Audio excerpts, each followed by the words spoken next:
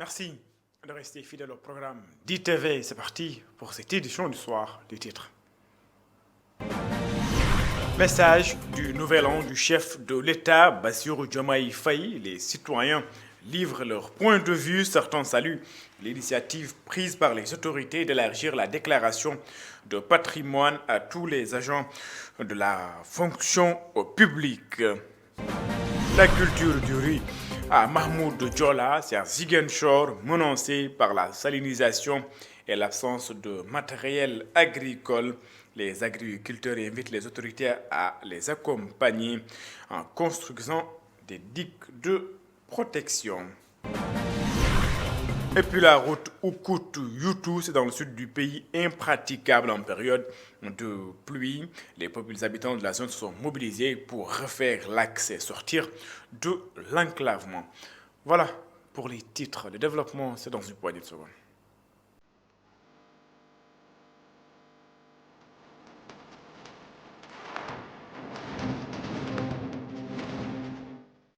Bonsoir et bienvenue.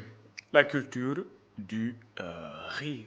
Mais tout d'abord, parlons de cette adresse à la nation du chef de l'État, Bassirou Diomaye Diakhar Faye. Le président de la République annonce la réforme du statut général de la fonction publique et de l'OFNAC. Désormais, la déclaration de patrimoine sera élargie aux agents de la fonction publique et à toutes les personnes nommées ou élues. Le président de la République entend ainsi lutter efficacement contre la corruption. Je vous propose de suivre les explications du chef de l'État. Si nous voulons le changement, nous devons être prêts à nous réformer nous-mêmes, dans nos comportements face au bien public et dans notre manière de servir la collectivité. Voilà pourquoi, au-delà de la modification de la loi portant statut général de la fonction publique, 4 lois sur la transparence et la bonne gouvernance seront soumises à la représentation nationale. Elles portent sur la protection des lanceurs d'alerte, la réforme de l'organe de lutte contre la corruption, l'accès à l'information et la déclaration de patrimoine. Concernant la déclaration de patrimoine, elle sera généralisée à tous les agents de la fonction publique sans exception, ainsi qu'à tous les postes électifs ou nominatifs impliquant une gestion budgétaire, quelle qu'en soit l'importance. Les modalités de publicité et de mise à jour des déclarations souscrites seront définies par la loi. Et puis, le comité Cospetrogaz sera ouvert davantage à l'opposition, à la société civile, aux syndicats. C'est pour assurer, selon le chef de l'État, une gestion transparente des ressources pétrolières et gazières. Nous l'écoutons. J'ai minutieusement décrypté ce puissant message venu des urnes. Dans leur grande majorité, les Sénégalais nous ont prêté les clés pour ouvrir les portes du changement systémique, ainsi que les fenêtres de la transformation nationale, dans la droiture, la probité et l'exemplarité. Djoub, djoubel, djoubanti. C'est dans cette logique que j'ai pris un nouveau décret organisant le comité d'orientation stratégique du pétrole et du gaz, COSPETROGAZ, pour y donner plus de place à l'opposition, à la société civile, aux syndicats et à l'ordre national des experts. J'entends ainsi garantir une exploitation optimale et transparente des ressources pétrolières et gazières au profit de l'économie nationale et des générations actuelles et futures. En 2025, les bases militaires étrangères vont se retirer au Sénégal. Le président de la République rassure que le Sénégal sera ouvert à tous les partenaires. La diplomatie sénégalaise va également continuer à jouer son rôle sur la sphère internationale. Le chef de l'État que nous écoutons. La diplomatie sénégalaise, fidèle à sa doctrine, continuera à promouvoir les idéaux de paix et de justice, tout en apportant sa solidarité agissante et son soutien actif aux peuples opprimés du monde. Tous les amis du Sénégal seront traités comme des partenaires stratégiques dans le cadre d'une coopération ouverte, diversifiée et décomplexée. D'ores et déjà, J'ai instruit le ministre des Forces armées de proposer une nouvelle doctrine de coopération en matière de défense et de sécurité, impliquant, entre autres conséquences, la fin de toutes les présences militaires des pays étrangers au Sénégal dès 2025. Mes chers compatriotes, prenons le temps de nous regarder dans le miroir de notre histoire et de nos valeurs, pour nous rappeler qui nous sommes, d'où nous venons et où nous aspirons à aller. Et puis, après l'adresse du chef de l'État qui est revenu sur de nombreux sujets durant donc, son discours, ils étaient nombreux à suivre donc, l'adresse du chef de l'État qu'ils ont approuvé dans ce reportage d'Aram Faldo. La traditionnelle adresse à la nation du président de la République n'est pas passée dans l'oreille d'un sourd malgré la fluidité des rues et avenues en cette matinée de Nouvel An. Le décor assuré par des vigiles, excepté quelques personnes de la troisième âge comme ce fonctionnaire à la retraite, le septuagénaire salue la décision prise par le chef de l'État par rapport aux fonctionnaires ainsi que la loi sur la protection des lanceurs d'alerte. Dans son discours, il a parlé de démocratie, surtout quand il parle de la protection des lanceurs d'alerte, chose très importante d'ailleurs. Et surtout la déclaration de patrimoine de tous les fonctionnaires. Parce qu'au fait, comme on dit au Sénégal, la fonction publique la regorge beaucoup de truands. Alors j'étais très content, parce que je sens qu'il est dans le sens, comme il a dit, du Jubal Jubanti. Souleymane Diallo, quant à lui, se dit très satisfait d'entendre le président Bassirou Diomaye Faye revenir sur l'abrogation de la loi d'amnistie. Ce qu'a dit le président nous rassure parce qu'il nous a fait comprendre que s'il a rendu hommage aux tirailleurs de Thiaroye 44, ceux qui sont décédés lors des manifestations n'en feront pas l'exception. C'est la loi d'amnistie et l'abrogation de cette loi fait partie des points pour lesquels nous l'avons élu.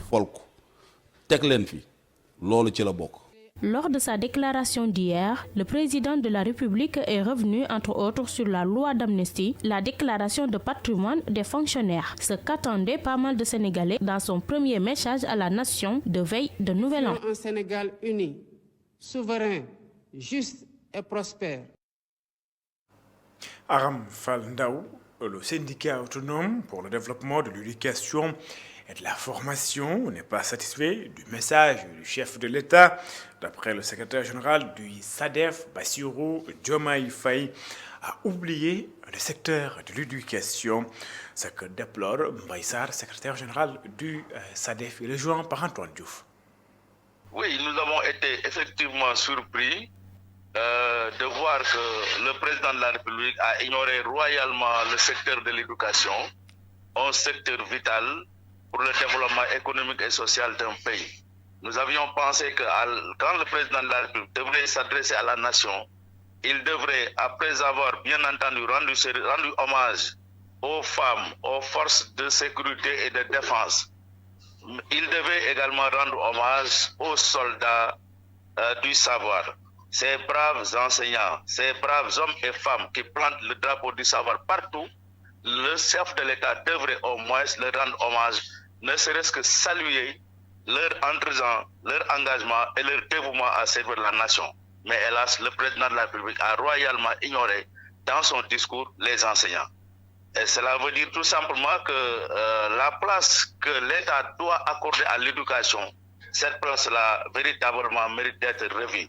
Parce que c'est le Premier ministre, pendant qu'il était en campagne électorale, disait urbi et orbi que parmi les agents de la fonction publique, les enseignants ont été les moins considérés. Cela avait été dit par le Premier ministre quand il était en campagne électorale. Aujourd'hui qu'il est Premier ministre investi de tous les pouvoirs, nous avions pensé que les enseignants devraient au moins être honorés, ne serait-ce que compte tenu des efforts qu'ils ne cessent d'abattre pour le développement de l'éducation et de la formation. Mais à l'heure actuelle, si la rupture s'annonce de cette manière, donc nous avons des inquiétudes en tant qu'enseignants, dans la mesure où nous avons déjà des revendications sur la table du gouvernement et que ces revendications jusqu'à présent n'ont pas trouvé satisfaction. C'est la raison pour laquelle nous avions un grand espoir sur ce régime, sur ce gouvernement, surtout la question relative aux enseignants décisionnaires, la retraite à 65 ans mais également l'éradication des abris provisoires. Je le disais en titre, la culture du riz est gravement menacée dans la commune de Kataba, plus particulièrement dans le village de Mahmoud Diola. Nous sommes à Ziguinchor.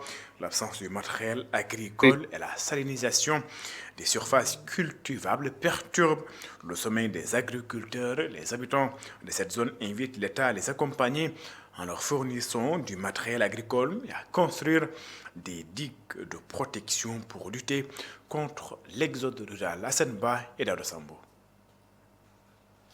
Après Makouda, c'est au tour du village de Mahmouda Diola, dans l'arrondissement de Kataba 1, de dénoncer les conditions de travail difficiles qui entravent leur capacité à subvenir à leurs besoins.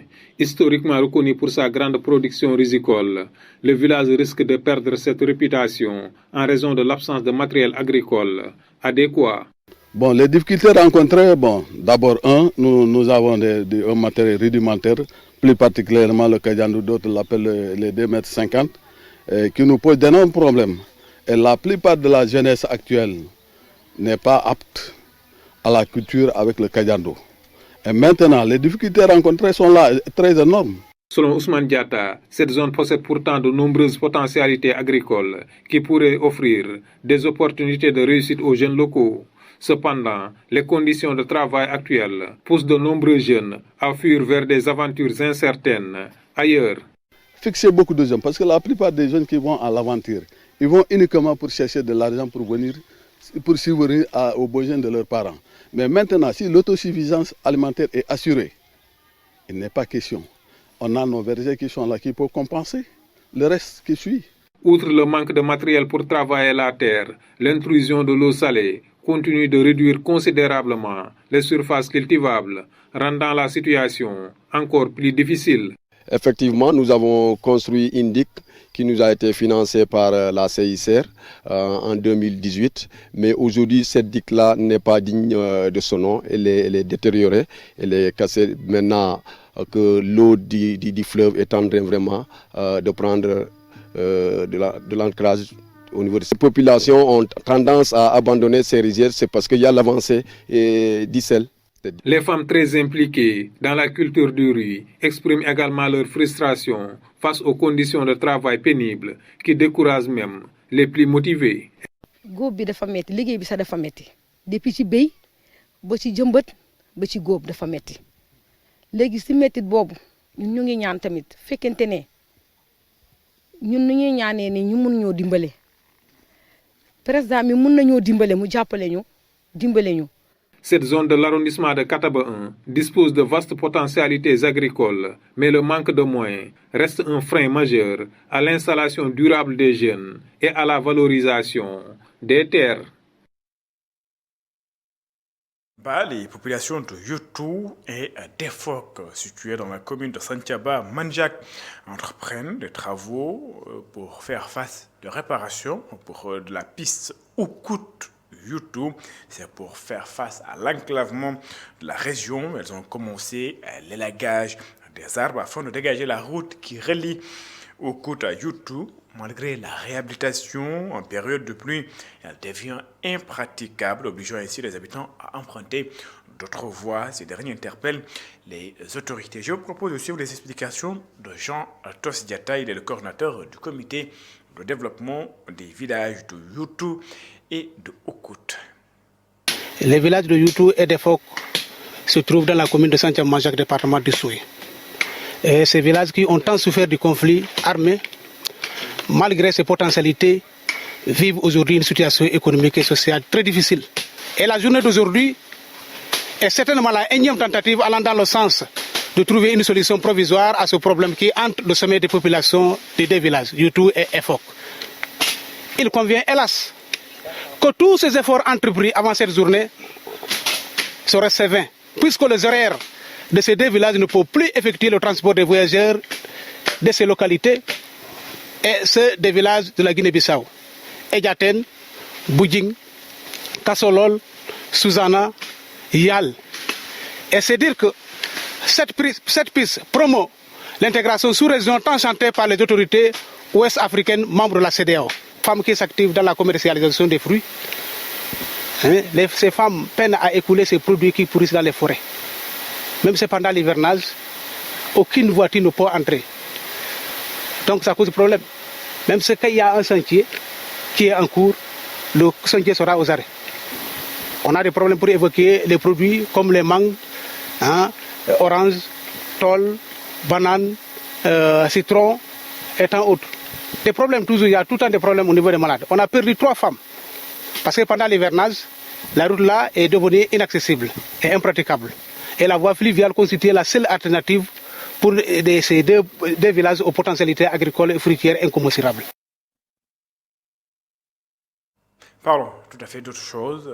Fonds, bien la délégation générale à l'entrepreneuriat rapide des femmes et des jeunes a remis des financements dans le cadre du fonds Diaspora lancé en 2022. Le fonds vise à mobiliser la contribution des Sénégalais de l'extérieur, mais également à les accompagner. Aïdou Mbodj et Amadou Chérif Diouf, secrétaire d'État chargé des Sénégalais de l'extérieur. Je vous propose de les écouter. Ils sont ici au micro de Salim Diallo. Ce fonds vise à intégrer tous les Sénégalais, où qu'ils se trouvent, et à promouvoir leur rôle dans notre économie nationale. Je dis bien dans notre économie nationale. Il y avait quelques équivoques, monsieur le ministre, c'est le secrétaire d'État. Au début, beaucoup de gens de la diaspora nous ont interpellés en nous disant « dans mon pays, je peux faire ceci ou cela ». Or, nous, notre vocation, c'est de contribuer, de participer à l'économie nationale. Et c'est ce que vous avez compris en faisant ce sourcing de qualité. En ce qui concerne les réalisations à date, l'ADER-FJ a financé un total de 665 471 425 pour des projets porteurs par notre diaspora, avec 287 88 600 en 2022, 378 382 825 en 2023. En 2024, fort de notre collaboration étroite avec le secrétariat d'État au Sénégalais de l'extérieur, je suis fier d'annoncer que l'ADER-FJ a financé 71 projets pour un montant total de 860 17 257. Cela illustre l'impact significatif de notre partenariat et montre combien une approche collaborative nous permet de mieux identifier et soutenir les initiatives porteuses. Au total, nous avons ainsi mobilisé en 3 ans 1 494 949 558 francs CFA. En termes d'impact, la synergie entre l'ADER et le secrétariat d'État au Sénégal et de l'extérieur a été déterminante dans la mise en œuvre des projets. Grâce à cette collaboration, nous avons pu identifier des projets répondant efficacement aux besoins de nos compatriotes. Pour cette année 2024, la validation, après une rigoureuse instruction de 71 projets pour un montant total de 860 17 250 est une réelle prouesse, excusez-moi, en moins de 6 mois comparé à 287 88 600 en 2022 et 378 382 825 en 2023. Permettez-moi quand même de revenir sur ces chiffres-là. Je ne sais pas si vous avez bien entendu. 2022, on parle de 287 millions. 2023, 378 millions. Les deux additionnés ne font pas ce que nous avons fait en 8 mois pour la diaspora, à savoir 860 millions. Vraiment, bravo et merci. Le financement de cette année a permis à des Sénégalais résidant à l'étranger ou de retour de 17 pays de différents continents de toucher les secteurs aussi divers qu'importants pour notre développement national. Ainsi, 44 projets dans l'agriculture. Ça fait 4. À Kolda, la communauté évangélique était en retraite spirituelle avec sa jeunesse pour évaluer les enjeux du moment et dégager les perspectives en s'appuyant sur les saintes écritures autour du thème « S'unir pour vaincre ». L'occasion a été saisie pour communier, initier les jeunes à tourner le dos à tous ceux qui ne militent pas en faveur de la religion et de la cohésion sociale. Seydou Diatta. L'objectif de la rencontre était de contribuer au renforcement de la communion fraternelle au sein de la communauté évangélique. Mais le thème s'unir pour vaincre va plus loin que ça et intègre les piliers qui sous-tendent la cohésion sociale et le développement socio-économique d'une nation. Ce thème est vraiment vaste. Donc, mais nous parlons de l'unité en tant qu'enfants de Dieu, en tant que citoyens du pays. En tant que leader de demain, nous avons besoin de l'unité au sein de l'Église, l'unité au sein de la nation, l'unité au sein de la famille, l'unité au sein des foyers pour pouvoir vaincre demain, parce qu'il y a des défis qui nous attendent. Et souvent, nous ne nous limitons pas dans l'Église seulement. Nous savons qu'il y a des foyers divisés. Nous savons qu'il y a des jeunes aujourd'hui qui sont dans les rues. Nous savons qu'aujourd'hui, il y a des jeunes qui se livrent à beaucoup de choses. Le rôle d'un pasteur est d'amener tous ces gens à la raison. Rendu possible grâce au soutien de World Vision, l'initiative et le thème abordé entrent également en droite ligne avec les besoins du moment pour un Sénégal prospère. En tant qu'Église, jeunes gens, nous serons un jour les responsables des églises, les leaders de demain, même les leaders de la nation. C'est cause pour laquelle cette rencontre, afin d'enseigner la jeunesse les valeurs de l'unité. Quelle est l'importance de l'unité, la force de l'unité pour avancer dans leur vie sociale, dans leur vie spirituelle. Nous savons que l'unité fait la force. Et la Bible nous dit que deux vaut mieux qu'une. Et s'il n'y a pas l'unité, il n'y a pas de progrès. Si nous voyons tout ce qui se passe dans le monde, même aujourd'hui, nous savons que c'est à cause de la division. Et c'est pourquoi l'Église interpelle les jeunes aujourd'hui à s'unir. Et du moment que nous sommes en train de bâtir un Sénégal meilleur, donc je pense que nous devons mettre ce focus sur les jeunes. C'est eux qui représentent le Sénégal de demain. Après 3 jours de retraite spirituelle et de promotion de l'unité et de l'enseignement des valeurs citoyennes, le dernier acte a été marqué par la tenue d'un concert. Nous avons passé des moments agréables et ce soir, nous voulons conclure cela par des moments de joie, d'allégresse, de célébration de notre Dieu en cette fin d'année pour magnifier ce que Dieu a fait pour nous. Et aussi cette jeunesse, nous l'encourageons à rester au Sénégal, travailler et démontrer que la réussite est possible dans cette nation du Sénégal. La nuit a été longue et la mission de promouvoir la communion fraternelle accomplie dans la joie et dans l'allégresse. 12e édition du festival culturel de Keur Madiabel. Le maire de la commune invite les autorités à l'accompagner pour la construction d'infrastructures culturelles pour booster les talents de la localité. Sekou Diallo. C'était de la poésie. Je proteste contre cette société qui cherche à redresser l'homme sans avoir dressé le fils. Comment espérer récolter la vertu alors qu'on a semé le vice? Des démonstrations taekwondo.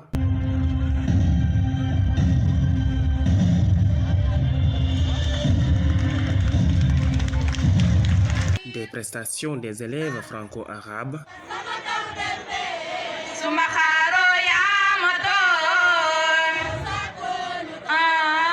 La lutte traditionnelle du Saloum a été représentée à travers des pas de danse des lutteurs.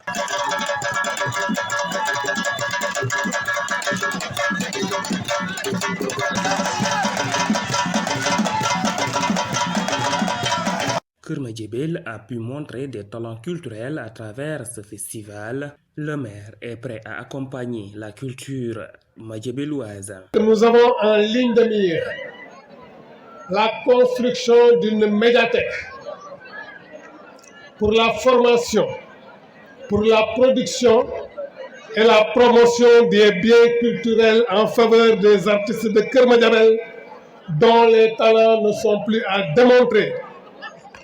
L'industrie culturelle, l'industrie du savoir se croisent à l'heure de l'intelligence artificielle. Nous poursuivons inlassablement l'objectif de labellisation de ce festival et nous demandons à tous les acteurs ici présents, toutes les autorités, de porter le plaidoyer avec nous.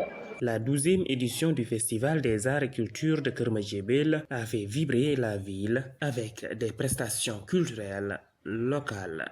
C'est